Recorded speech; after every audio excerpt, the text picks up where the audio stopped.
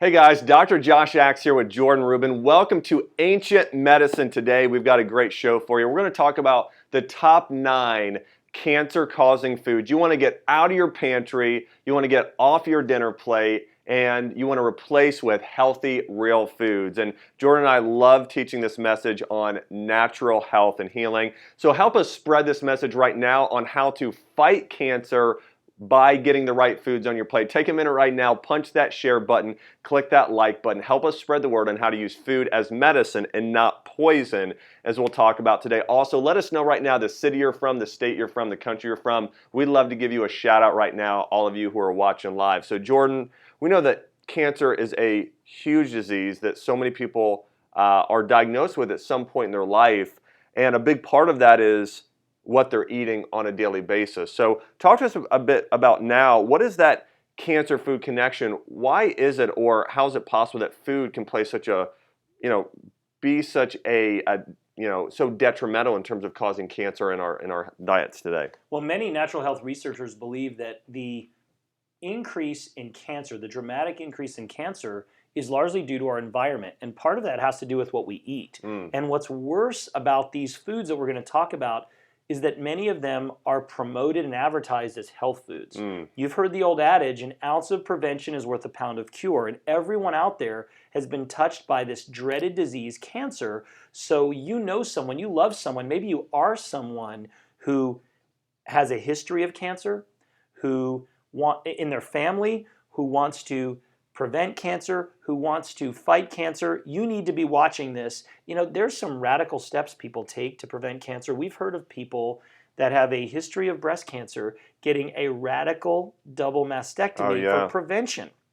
What next? Someone who has a family history of brain cancer getting their head cut off? Yeah. I mean, seriously, folks, there is a better way. So today we're going to talk about these 9 foods and the hidden ingredients in them that are carcinogenic or cancer-causing. Yeah. So we're going to give a shout out to many of you watching today right now. All right. Looks like we've got Michael Johnson watching in Eugene, Oregon. Hey, Michael, thanks for joining us here today. Brady Bennett watching from Victoria, British Columbia, Canada. Celeste Bradley from San Diego, California. Alex Vital watching from London, UK. Hey, Alex, thanks for being here with us today. Sarah Galloway watching from Cleveland, Ohio. Susan Tinkman watching from Fort St. John, British Columbia. Melanie Giles watching from Las Vegas, Nevada. And Gwen Wilder watching from Atlanta, Georgia. And Francisca Cortez watching from Zamboanga City in the Philippines. Haven't you heard? You're Zamboanga City. Everyone knows where that is. Okay, got it. All right, so let's go ahead and jump in here and start talking about some of these damaging foods, Jordan. One of the number ones here, why don't you start off here, charred meats. Now this is tough because a lot of us like to barbecue. I mean, so many of us love good grilled meat, but when you cook over an open flame using charcoal, the meat begins to get charred, and it really is a cross caramelization, and it creates various carcinogens, including something known as advanced glycation end products, or AGE. So it doesn't only cause a carcinogenic reaction, which is causing unhealthy cells to grow, but it also causes you to age faster. So charring meat till it's black has been shown in laboratory studies and indicated in humans to cause a carcinogenic reaction. So when you prepare meat, I always say this, the less you cook it, the better. Yeah. In fact, the meat has, particularly if it's grass-fed, and we'll talk about that in a moment, grass-fed organic has a lot of great properties, but the more you cook it, the less bioavailable the proteins are. And we love broth. So what we know now is when you cook meat,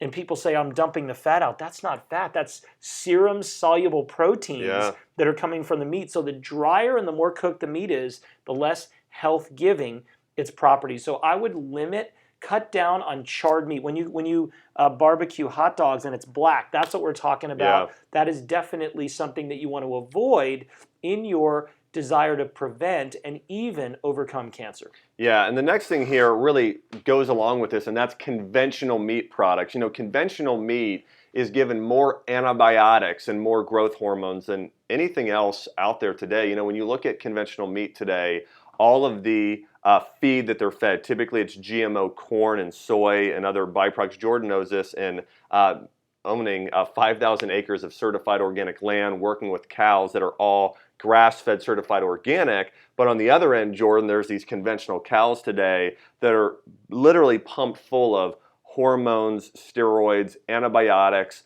and other, and other chemicals as well, other medications on a regular basis. And so we know that these byproducts or these chemicals are damaging to not only the animal's health, but our health when we eat their tissues. And a principle Jordan and I always talk about, you are what you eat, what they ate, and not just what they eat, but what they're given as well. Thinking about how toxic animal meat is if it's conventional. And again, we're not saying that wild organic isn't good, because Jordan and I eat wild organic grass-fed beef, wild-caught salmon. We eat things like that every day. But again, these conventional meat products, and also they're fed grains or not grasses. When cows are fed grasses, they have higher in CLA, which Jordan, I believe there are some studies on CLA having some cancer-fighting properties, whether that be in vitro or on animal studies. Also, omega-3 fats, they're higher in omega-3s, which are anti-inflammatory in nature, which could have anti-cancer benefits. So again, stay away from the burnt meat, stay away from conventional meat. Those are two biggies we need to stay away from. It is, and what's sad is this looks really good. So if you're seeing this is a tenderloin or tenderloin medallions. It is well done, it's burnt or charred, and it is, of course, conventional meat. So you want to stay away from it, even though it looks so good. The old slogan, beef, it's what's for dinner. Beef is what's for dinner, but make sure it's grass-fed organic. Avoid charred meat and conventional meat. Number 3, this is a big one and ubiquitous, sugar. Now, we don't have a pile of white sugar here because you know what that looks like. The problem is, Josh, people consume sugar in so many forms, in so many ways. Sugar can be labeled in one bread as dextrose, cane syrup, sugar, sucrose, corn syrup. So we have examples of sweetened beverages, but also this is a big one. So I love, when I eat meat, ketchup. I love it. Ketchup, and I'm just reading this right here. So 1 tablespoon, and if you're going to have, I love making homemade oven fries, and I use a lot of ketchup. Well, yeah, who just uses a tablespoon? It's right. So now this is an organic ketchup. So I'm not saying that that ketchup is only bad if it's conventional, but I'm looking right here and I'm seeing 5 grams of carbs, right? And sugars, 4 grams. 1 tablespoon of ketchup. Now it does have some antioxidants in it, but that's 4 grams of sugar. If you eat 3 tablespoons of ketchup on your burger with your fries, in any type of recipe, you're looking at 12 grams of sugar. Soft drinks are loaded. Huge. What did they say? And I don't drink soft drinks, but I think 12 teaspoons of sugar in a normal can of soda. And in this, and I know people that will drink an entire liter or 2 liters. Yeah, 2 liters. I'm so out of the loop with soda, I don't even know what we're talking about anymore. Folks, you have to cut down sugar. Sugar feeds cancer. That's a fact. That's a fact in conventional medicine. They're even developing therapies to target cancer cells using sugar and insulin because they know that sugar feeds cancer. You've got to cut down sugar. It's so easy to look at labels today, and regulations and legislation is going to make it even easier. But look at the number of sugars in the nutrition facts, not just the ingredient list, because sugar from fruit, sugar from sugar, it's all sugar. So you want to cut it down when you want to prevent or even reverse cancer. Yeah, I mean, Jordan's totally right here. Again, getting sugar out of the diet is key. And especially as we're talking about those processed sugars, corn syrup is a big one that we've all talked about that is genetically modified or comes from a GMO food in some cases, which can be major, obviously can be a major cause of cancer as we've seen. And hey, if you're enjoying this live training right now on, and you're excited about being aware now of cancer-causing foods, take a minute right now, punch that share button, click that like button, because there are so many people that don't know that these foods cause cancer. I mean, how many people are sitting down having a meal, a burger, conventional meat that's charred, having a soda, having some fries with some ketchup. And we haven't even gotten to the other ones. And we haven't even got to some of the other ones. I mean, and then we could hit on what did they have for breakfast and some of the others. So a lot of people may have this cancer-causing foods every single meal during the day, and we wonder why cancer is growing so rapidly. So thanks for being on mission with us here as well. So number 4 here, artificial sweeteners. What's the only sweet thing worse than processed sugar, it's artificial sweeteners. Major, major problems today. So whether we're talking about sucralose or aspartame, these are actually neurotoxins. And there's actually a great documentary specifically on aspartame called Sweet Misery. I remember watching years ago. You may check out one of those documentaries there online. But these artificial sweeteners are so highly toxic today. You look at the rise, remember that documentary between aspartame and tumors and other sort of neurological diseases, is these are very toxic to the body. And Jordan, I remember reading a study, this wasn't too long ago, on sucralose and its effect on gut microbes and actually killing off beneficial microbes, aka probiotics in the gut. That was one study, and another study showing it actually may cause diabetes or be diabetes causing. And Jordan has talked about this for years, about when you're tasting something sweet, just because it doesn't have sugar doesn't mean it's not going to affect your pancreas and your small intestine and other organs in the body, right? Absolutely. Artificial sweeteners or diet sweeteners, I used to say this, it's kind of unfair that they can call it diet. I'd rather they just cross off the T. Bottom line, there are documented case studies of artificial sweeteners causing addiction that is worse than recreational drugs, worse than alcohol, worse than tobacco, and even pain medication. So get off the artificial sweeteners. Sugar's even better if you can quantify that, which is absolutely crazy. Now I want to talk about refined grains. So now this is interesting. When you go to a restaurant and they say we have multi-grain toast, how many times have you been with someone and they're like, oh, multi-grain toast, I'll have that. Well, I actually recently asked the restaurant to tell me what was in it. Of course, the waiter couldn't, but then he went back and he read it, and the ingredients were unbleached flour, wheat flour. Those are both refined. Yeah. Not only that, non-organic wheat and other grains may not be genetically modified, but they are actually sprayed with glyphosate, which is the compound in Roundup, and that is radically destructive on your gut. But think about it, when they stack up the grains, when they thresh them, at least that's what they used to do, they don't want them to mold and they don't want pests to get them. So they've got to spray them so that the pests won't eat them during the time they leave them in the fields. Refined grains also turn into sugar, but what's even worse, they're made up of disaccharide starches, which a compromised gut can't break down, which cause an overgrowth of bad bacteria, insulin spike. It's really awful. So I believe that refined grains are some of the worst things you can consume. Now, I will say this because some people watching Josh are thinking, well, you're just ruining everything. I can't go out to eat. I can't eat at friends' houses. I will say this.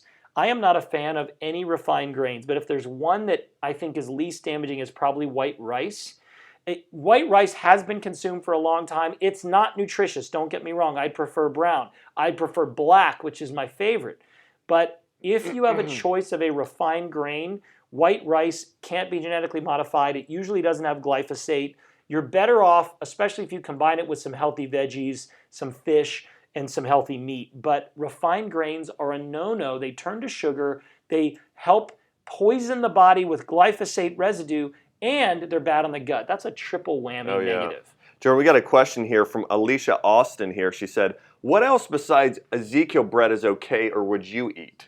Now, Ezekiel bread is a brand, but it's a term that denotes sprouted bread. Now, Josh, as much as I love sprouted bread, some sprouted breads, if you read the ingredients, they add gluten to it. Yeah. And it's not sprouted gluten, by the way. So there are brands, though, of sprouted bread that do not have gluten added. I would recommend that. My favorite type of bread to consume would be more of an heirloom grain like a spelt or one of the sort of wheat alternatives that is more pure like emmer and some of the others. But what you want to look for is either sprouted that has no gluten, or better yet, whole grain sourdough. The only ingredients, for example, would be whole grain spelt, water, and salt. So what they use is a starter culture with the probiotic yeast from the air that pre-digests. So that's some of my favorites. So look for whole grain sprouted or whole grain sourdough, gluten-free. No gluten added. And then the other, more of like a Essene bread, the brand Mana bread. Right. They're more like a cake, but those are really, really sprouted and really, really good. And then if you're looking to go away from gluten grains, there are some millet breads, etc. But honestly, Josh, for many people, especially if you're concerned about cancer, I would ditch the bread. I mean, I Yeah. know you make sandwiches for kids, Yep. etc. Sprouted and sourdough's good, but bread is typically not super good for people. And I will throw in a plug here. You and I were talking off the air about one of our favorite brands, Simple Mill. Oh, yeah. Simple Mill has a bread that you can bake, like a bake mix, Yeah. and they use cassava flour, almond flour, sunflower. Yeah. It takes a little longer, you're baking it, but at least you're not grinding it. That's a gluten-free bread. It isn't as much a sandwich bread, but that's really, really good. Oh, yeah. Yeah, I love Simple Mills. Great stuff there. Here we go with number 6, GMO foods. We know genetically modified organs, they're not found in nature. These are things that we have cooked up in a lab. We've wired in the DNA of other things that have caused it to become really dangerous for our own health. And so whether it's GMO corn, GMO soy, GMO alfalfa, there are a lot of GMO products out there, canola. So staying away from things that are genetically modified and looking for that label, that non-GMO certification or certified organic labels that mean these foods are not GMO, I think is important to look for as well. And there are studies, some, Jordan, have been retracted at this point, but when you look at these GMO studies still that they've done on animals, specifically rats, I mean, they're pretty convincing if you look at what happened over a period of time to kidney function, to liver function, to tumor growth. It really is scary when you look at genetically modified food. So our recommendation is absolutely going completely free of genetically modified organisms. And I had a question here from somebody. What about sugar from fruit or eating fruit? Is that cancer causing as well? That's from Paula Bennett. My thought is this, is that, sugar in small amounts, if eaten in a whole food form, that's natural for the body. Your body's going to process those. It's when you have excess sugar that stays in the bloodstream, or you're causing certain organs to compensate and overwork. And if you have too much sugar, those things, how they're going to affect your gut microbiome and cause certain things like yeast overgrowth. So again, sugar is not a villain unless it's overconsumed, which 90+% of the time it is. But just to give an example, if you were going throughout your entire day and for breakfast you had a cup of blueberries and a scoop of protein powder that came from bone broth, and then for lunch you're doing a big salad and maybe there's a tomato on there, and for dinner you're doing some organic meat and maybe a salad with a few dried cranberries, and that's it, that's fine, right? But it's when we start consuming sugar that's 4 tablespoons in ketchup is 20 grams of carbs, 16 grams of sugar, plus the bread, plus we had a piece of cake at night, plus we had cereal for breakfast, so on and so forth. The sugar really starts adding up there. So that's my answer there. And I think if you're going to eat fruit, I always recommend adding fat to it. Now, fat and fiber are your friends when it comes to limiting the sugar effects. Because what sugar does, it triggers a blood sugar spike, which means insulin comes in to push the blood sugar down, and it often stores that blood sugar for later, or it can cause damage to hormones, your brain, etc. Yeah. So some fruits already have fiber. So for example, eating an apple with the peel is great. And it's funny, some people like to peel the apple.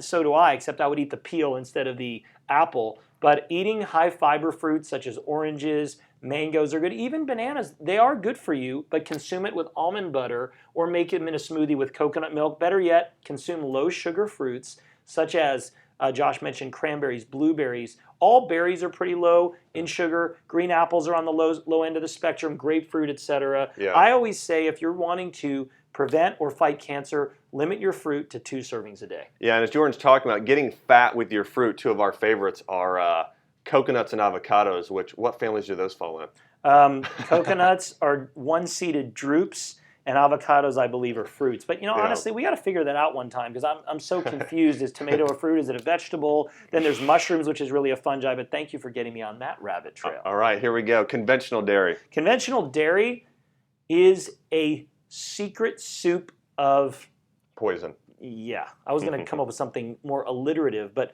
what we've got here is the ultimate antithesis of health. So we've got dairy from grain-fed cattle, likely genetically modified grains. A percentage of the cows would be given bovine growth hormone, which is a genetically modified hormone to increase their milk production.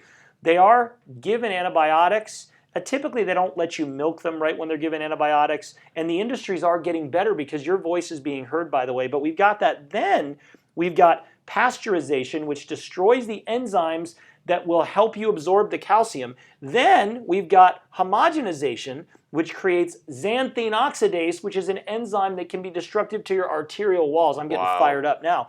And it's skim. Folks, I got to tell you this. If God wanted fat-free or skim milk, he would have put a cream separator on the udder of a cow, sheep, or goat. Folks, conventional skim milk is not a health food.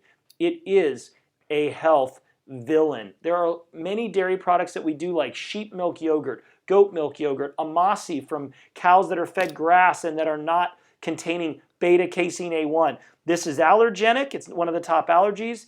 It can disrupt your gut, your brain, your immune system. It's glue. Yeah. It is glue. Because, people used to eat glue. Milk is, why do you think there's It's a the cow as a logo on the glue? Oh, yeah. They use milk protein. Right, okay. Crazy. Do they even use glue anymore? I mean, I haven't used glue in a long time. Actually, super glue. My shoe is coming up. No, but I mean glue, like in the. Remember, we used to have desks at of school. course. And Elmer or whatever it was. Yeah, we're not going to mention brand names. Yeah. Yes. So get out your glue, and people would eat it, and I always wondered why, but maybe because they were protein deficient. Could be. Yeah, anyway, if you eat glue, I'm just kidding. All right, burnt toast here. Next one here. You can see we talked about this earlier with charred meats, and when you overcook something to where it's burnt. Really, you start producing these, as Jordan talked about, these cancer-causing, oxidative compounds, and they also cause you to age faster. And so these are carcinogenic when you burn toast. So again, a little bit of that there, that's okay. This sort of burntness, that's not okay when we're talking about grains in general. So charred meats, burnt toast, it's burnt, has cancer-causing material. As Jordan talked about, typically the less cooked stuff is, the better in many cases. So again, eating whole grain breads, it's lightly toasted, that's fine. You don't want to do the charred meats there as well. And burnt toast isn't good because when you're playing football or basketball and you leave someone sort of behind, you say they're burnt toast. I just burnt you. Yeah, you've been burnt. So they knew it was bad. I love the etymology of words and phrases. I always like to figure out cat on a hot tin roof, it's raining cats and dogs, throw the baby out with the bathwater. I got a million of them. All right, next here, Jordan, last one, hydrogenated oils. Why are you giving this to me?